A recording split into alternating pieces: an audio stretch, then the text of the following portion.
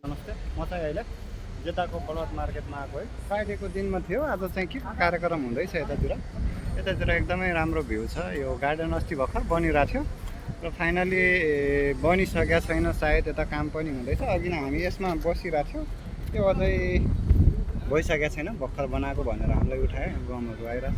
अनि यहाँ चाहिँ के को कार्यक्रम हुँदैछ र नाच पनि हुन्छ होला है।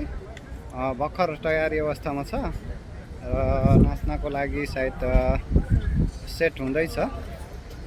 यो कुन कन्ट्रीको डान्स हो यस्तो आई डोन्ट नो, बट जे होस् माहौल एकदमै राम्रो छ।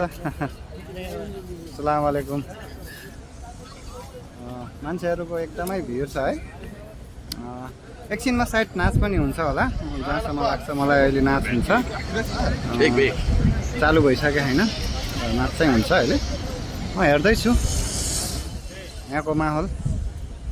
अझै मान्छेहरू पनि आउँदैछन्।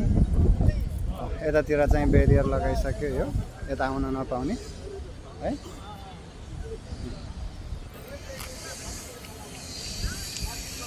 त्यो माहौल चाहिँ एकदमै राम्रो लाग्यो। धेरै दिनपछि यसरी देख्न पाइरहेछ।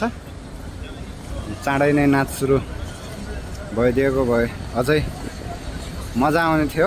एकदम एक्साइटेड छु के को कार्यक्रम हो हेर्नको लागि है।